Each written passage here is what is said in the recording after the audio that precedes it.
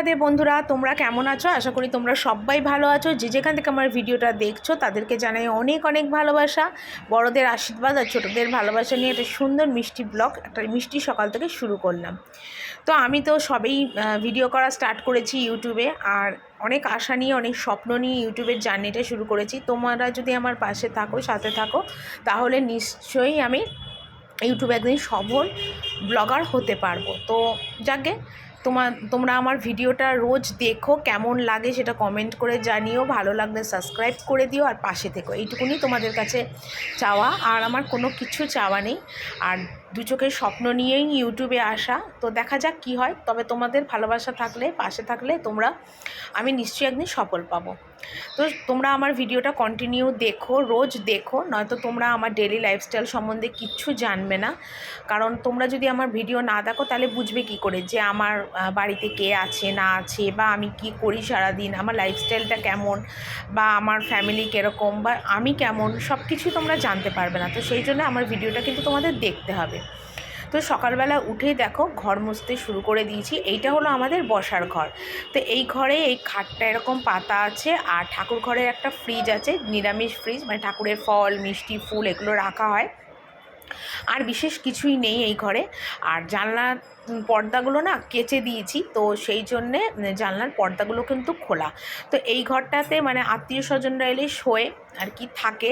আর যদি কোনো মানে কেউ আসে তো তখন তো আর রুমে বসানো যায় না, বেডরুমে বসানো যায় না, তখন তাদের আমরা এই ঘরে বসাই। তো এটাও আমাদের বসার ঘর। তো তোমরা হয়তো ভাবতে পারো বসার ঘরে বেড কেন? তো আসল কথা, খাটটা এটা আমার শাশুড়ি ঘরে খাট ছিল। তো শাশুড়ি ঘরে নতুন খাট কেনা হয়েছে, তো সেই জন্য এই খাটটা তো তোমার সেগুন কাঠের খাট। তো তোমাদের দাদাভাই বিক্রি করতে চাইলো না, বললো তাহলে খাটটা নষ্ট করবো কেন, খুলে রাখলে নষ্ট হয়ে যাবে, তাহলে এই ঘরে পেতে দিই। কেউ তো এসে শুতে টুতে পারবে, বা আমাদের ঘরে কোনো সময় শুতে ইচ্ছা করলো না, বসতে ইচ্ছা করলো না, তখন এই ঘরে এসে কিন্তু আমরা সময় কাটাতে পারি। তো সেই জন্যে এই ঘরটা মানে বসার ঘরেতে এই খাটটা পাতা রয়েছে। আর তাছাড়া বললাম না যে কোনো গেস্ট এলে তখন এই ঘরেতে আমরা শুতে টুতে দিই, ওদের থাকে আর কি। তো সেই জন্যে তোমাদের আস্তে আস্তে দেখালাম। আর এই ঘরের পাশ দিয়ে দেখতে পাচ্ছ এই বারান্দার পাশে দেখা একটা ঘর আছে, দরজাটা দেওয়া আছে।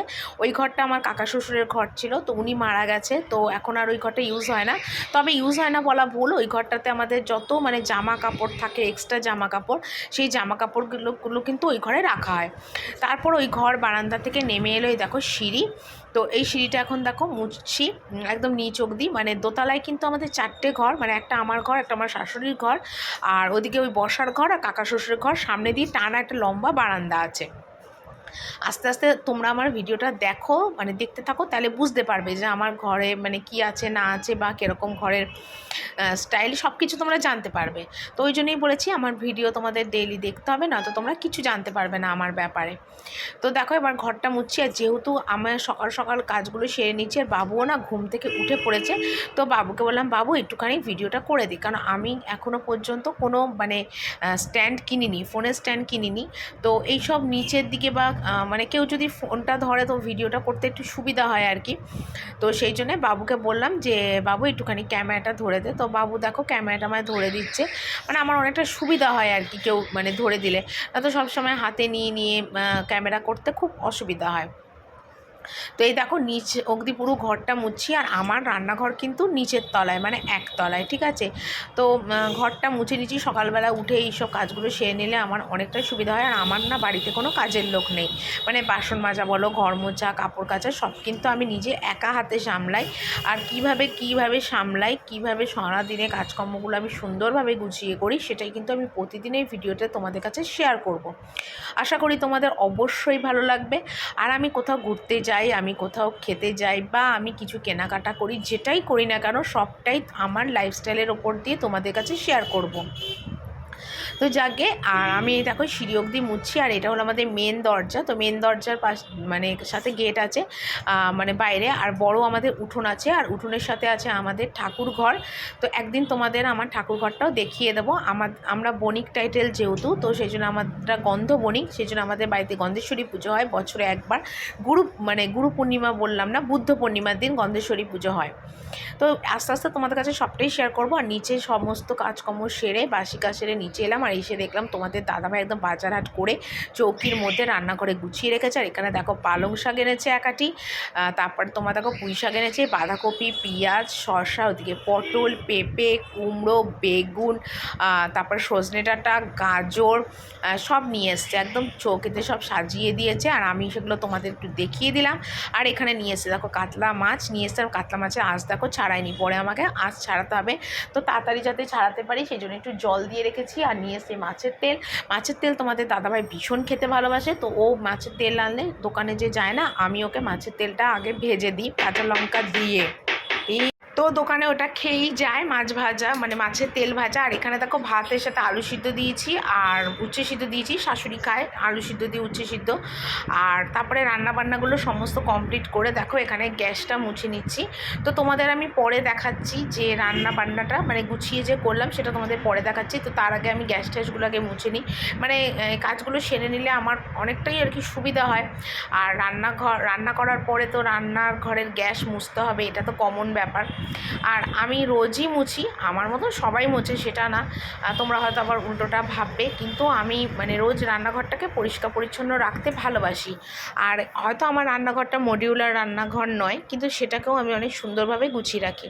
আগে তো আমাদের রান্না হতো মানে নিচে বসে রান্না হতো গ্যাস নিয়ে, তো এটা 3-4 বছর হয়েছে রান্নাঘরটা মানে তোমাদের দাদাভাইকে বলি আমি করিয়েছি, মানে এখন সুবিধা হয় দাঁড়িয়ে দাঁড়িয়ে রান্না করতে আমার অনেকটা। তো রান্নাবান্না কমপ্লিট করে সোজা চলে এলাম ওপরে। আর ওপরে ঘরটা তো সকালবেলা আজকে মোছামুছি করেছি, তোমরা তো দেখতেই পেলে। তো পর্দাগুলো আমি 2 দিন আগেই কেচেছিলাম, কিন্তু 2 দিন ধরে টাইম পাচ্ছি না পর্দাটা একটু লাগানোর। তো আজকে ভাবলাম চলো হাতে একটু টাইম আছে লাগিয়ে ফেলি। তো পর্দাগুলো দেখো এই ঘরে লাগিয়ে দিচ্ছি, কারণ দেখো বসার ঘরটা যদি একটু সুন্দরভাবে গুছিয়ে না রাখা হয় তাহলে কিন্তু ভালো লাগে না।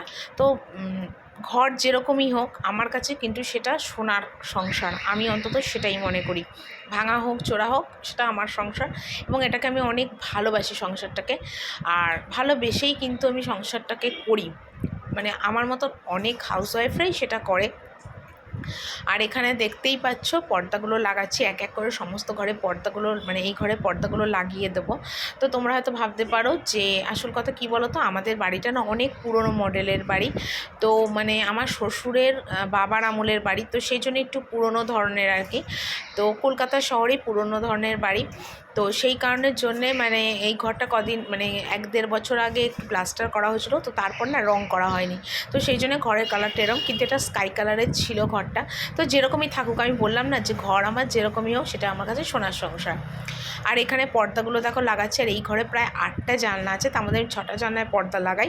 আর ওই যে দেখছো জানলাটা বন্ধ করা, ওটা কিন্তু আমি খুলি না। আর এই জানলা দিয়ে পাশে কিন্তু আমার বারান্দা আছে, যেটা দোতলা থেকে রাস্তার মেন রাস্তা একদম দেখা যায়, মানে দাঁড়িয়ে থাকলে লোকজন দেখলে মানে কি বলবো টাইম কেটে যায়। আর এটা কিন্তু আমার ঠাকুর ঘরের ফ্রিজ, নিরামিষ ফ্রিজ, যেটা আমি তোমাদের বলছিলাম। তো ফ্রিজটার মধ্যে আমি এতদিন একটা ওলনা চাপা দিয়ে রেখে দিয়েছিলাম, মানে ধুলো নোংরাটা যাতে না হয়। তো আজকে যেহেতু সমস্ত পড়াচ্ছি, তো ফ্রিজের ঢাকনাটাও এখানে দেখো লাগিয়ে দিচ্ছি। আর ফ্রিজের ঢাকনাটা কি হয়েছে বলো তো, চেনটা না কেটে গেছে, কেন জানি না। এই ফ্রিজের ঢাকনাগুলো না মানে আপলকা হয়, মানে কাপড়টা ভালো হয়, কিন্তু চেনগুলো এত আপলকা হয়, 2-3 বার ইউজ করে কাঁচা ধোয়া করলেই না চেনটা কী জানি কেটে যায়। তো দেখো কভারটা কিন্তু পুরো ভালো আছে, ছেঁড়া খোড়া কোথাও নেই, শক্ত পোক্ত। তো এটাকে তো আর বাতিল করা যায় না, তো একটু সেফটি পিন দিয়ে এটাকে আটকে রাখছি। যদিও এই ফ্রিজটা খুব একটা ইউজ হয় না, মানে যখন বাড়িতে পুজো টুজো হয় তখন মানে সমস্ত ঠাকুরের জিনিস এনে রাখা হয়, না তো রাখা হয় না। তো যাকে তাও ফ্রিজটা কালারটা নষ্ট হয়ে যাবে বলে আমি কিন্তু ফ্রিজের মানে ঢাকনাটা এইভাবে দেখো দিয়ে রাখছি, মানে সেফটি পিন দিয়ে রাখছি আর কি, যাতে ফ্রিজটার মধ্যে নষ্ট না হয়। আর আমাদের রাস্তার ধারে ঘর তো মানে কালারটা নষ্ট হয়ে যাবে, তো সেই কারণের জন্যে ফ্রিজটাকে এত সুন্দরভাবে যত্ন করে রাখা। আর এমনিতেও কিন্তু আমি সমস্ত জিনিস অনেক যত্ন করে রাখি, অনেক ভালোবেসে গুছিয়ে রাখি। আর আমার একার হাতে ওপর যখন সংসারের সমস্ত কিছু, তখন আমাকে কিন্তু আগে পিছে সমস্ত কাজকর্মগুলো কিন্তু করে নিতে হয়। তো যাকে এখানে ফ্রিজের ঢাকনাটাও দেখা করছি। আর দেখো ফ্রিজের পিছনে আমাদের তারা মায়ের ছবি, ওটা কিসের একটা ক্যালেন্ডার ছিল, তোমাদের দাদাভাই এনেছিল, তো ঘরে লাগিয়ে রেখে দিয়েছে। তো আমাদের না বাড়িতে তোমরা যদি দেখো না, দেখবে সব ঘরেতেই আমাদের ঠাকুরের ছবি আছে, সমস্ত ঘরে। মানে আমাদের বাড়িতে ঠাকুরের মন্দির তোমাদের একবার দেখিয়ে দেবো আমি। বন্ধুরা আজকে রান্নাটা তোমাদের দেখিয়ে দিই। এখানে দেখো ভাত, আলু সিদ্ধ আর উচ্ছে সিদ্ধ করেছি। এখানে মাছের তেল করেছিলাম, যেটা তোমাদের দাদাভাই কিছুটা খেয়ে গেছে আর কিছুটা রয়েছে। আর ডাল সিদ্ধ, মুসুর ডাল সিদ্ধ, আর এখানে আছে দেখো নিরামিষ পালং শাকের, এই পালং শাক বলছি, পুঁই শাকের তরকারি নিরামিষ, 5 ফোড়ন শুকনো লঙ্কা ফোড়ন দিয়ে। আর এখানে আছে দেখো মাছের ঝোল। তো এখানে ভাগ্নি মাছ খেয়ে গেছে, তোমাদের দাদাভাই মাছ খেয়ে গেছে, আর ছেলে মাছ খেয়েছে, আর 3 জনের 3টে মাছ আছে। আলু দিয়ে পাতলা ঝোল করেছি, আর করেছি এখানে দেখো মুসুরির ডাল। এই হলো দুপুরের আমার মেনু। তো রান্না বান্না সমস্ত কমপ্লিট তো আগেই হয়েছে, তোমাদের দেখিয়ে দিলাম। তারপর আমি একটু গা ধুলাম, জামা কাপড় ছাড়লাম, তারপর দেখো ঠাকুরঘরে বারান্দায় এলাম, ঠাকুরঘরে বাসন মাজা। ঠাকুরঘরে বাসন মাজার দায়িত্ব কিন্তু আমার ওপরে। তো ঠাকুরঘরটা আজকে তোমাদের দেখানো হলো না। আর আমার শাশুড়ি তো পুজো করে, 12 মাস ঠাকুরঘরে পুজো করে।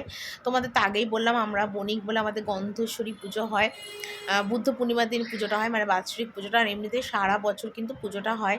তো ঠাকুরঘরে বাসনটা আমিই মাজি। তো এখানে দেখো স্টিলের বাসনগুলো মাজছি, আর ওদিকে পিতলের বাসনগুলো লাস্টের দিকে মাজবো। তো আমার শাশুড়ি বয়স হয়েছে, একা একা ঠাকুর ঘরে আসতে পারে না, ওই জন্য বাবুকে নিয়ে, মানে আমার ছেলেকে নিয়ে ঠাকুর ঘরে আসে। তো ও যেহেতু ঠাকুর ঘরে ছিল, তাই ওকে বললাম যে তুই একটুখানি ভিডিওটা করে দে। তো ওই জন্য বাবু ভিডিওটা দেখো করে দিচ্ছে, আমার করে দিলে একটু সুবিধা হয় এই আর কি। তো ভিডিওটা করে দিচ্ছে, আর আমি এখানে ছপাচা বাসনগুলো মেজে নিচ্ছি। তো দেখো স্নান টান করে একদম চলে এলাম, আর স্নান করে দেখো এই প্যান্ট আর গেঞ্জিটা পরলাম, জানি না কেমন লাগছে। তো এইটা না আমার অনেক দিনের আগের কেনা, কিন্তু আমি পরে উঠতে পারি না। কিন্তু এখন থেকে ভাবি কি বাড়িতে এগুলো পরবো, অনেক কমফোর্টেবল লাগে এইসব ড্রেসগুলো। তো সকালবেলায় বিছনার চাদরটা কিন্তু আমি চেঞ্জ করে দিয়েছিলাম, মানে মানে তুলে দিয়েছিলাম, কিন্তু পাতার আর টাইম হয়নি। তো সারাদিনের সমস্ত কাজকর্ম সেরে এখন কিন্তু বিছনার চাদরটা একটুখানি পেতে দিচ্ছি আর কি। তো বিছনার চাদরটা পেতে দেবো, তারপর দেখি টুকিটাকি কী কাজ আছে সেগুলোও সারবো।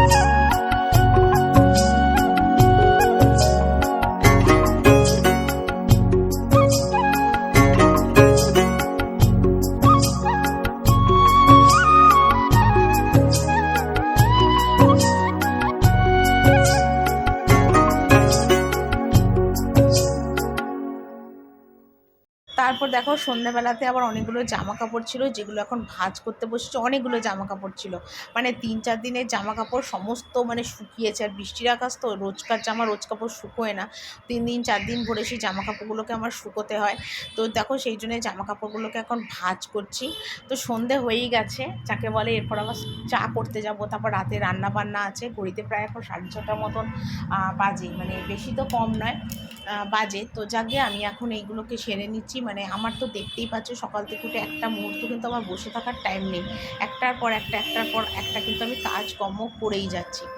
তো অনেক জামা কাপড়, ছেলের জামা প্যান্ট, তোমাদের দাদাভাইয়ের জামা প্যান্ট সব আলাদা আলাদা করে ভাঁজ আর কি করি। তো সেগুলোই দেখো এখন করে নিচ্ছি। তো ঘড়িতে বাজে এখন প্রায় 9টা 9:30টার মতন। তো আমার ফোনটা চার্জেও ছিল, মানে সেই জন্য ভিডিও আর করতে পারিনি। তো সন্ধ্যাবেলা চা টা করে তোমাদের দাদাভাই এলো, খেতে দিলাম। খেতে দিয়ে আর রাত্রিবেলাতে কী রান্না করেছি সেটা তোমাদের একটু পরে দেখাচ্ছি। তো তার আগে দেখো ছেলের জন্য একটু পরোটা করছি, কারণ আমার ছেলে না রুটি খেতে একদম পছন্দ করে না, মানে একদম ভালোবাসে না রুটি খেতে। ওকে তুমি 2বার পরোটা দাও ও খেয়ে নেবে, কিন্তু রুটিটা ভালোবাসে, কিন্তু ময়দার রুটি, কিন্তু ময়দার রুটিটা তো আর সবসময় খাওয়া ঠিক না। তো সেই জন্য ময়দার রুটিটা সবসময় দিই না। আর এখানে দেখো আটা ময়দা মিশিয়ে মানে মেখেছি আর কি। তো ওকে 3টে পরোটা করে দেবো, আর করে দিয়ে আর তারপরে লাস্টে সবার রুটি হবে আর কি, বাবুরটাকে করে দিচ্ছি আর কি। আর করে দিয়ে আর তোমাদের কী কী আজকে রাত্রিবেলা রান্না করেছি সেটাও তোমাদের অবশ্যই দেখিয়ে দেবো। আর আমার তো দুবেলা রান্না দুবেলা করতে হয়, মানে খুব কম যে আমাকে একবেলাতে সমস্ত রান্না করে রাখতে হয় তা নয়, আমার দুবেলা রান্না কিন্তু দুবেলা করতে হয়, মানে এটাই আমার একটা চাপ আর কি। কারণ দেখো ভাতের সাথে একরকম আইটেম মানুষ খায়, রুটির সাথে একরকম আইটেম খায়, ভাতের আইটেম দিয়ে কিন্তু রুটি কখনও খাওয়া যায় না। তো সেই জন্যে আমাকে কিন্তু দুই বেলার রান্নাটা দুই বেলাতেই প্রতিদিনই করতে হয়। তো যাকে তবু একটা আমার সুবিধা যে আমার মানে রুটিটা মানে তোমাদের দাদাভাই ভেজে দেয়, আমাকে আর ভাজার ব্যাপারটা থাকে না আর কি।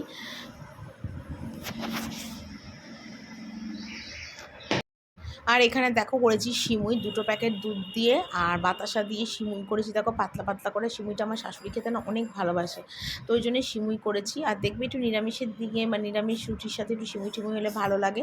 আর এখানে করেছি আমার বাবুর জন্য পনির, দেখো আলু দিয়ে পনিরের একটা লাল লাল ঝোল করেছি, আমার ছেলে পনির খেতে খুব ভালোবাসে।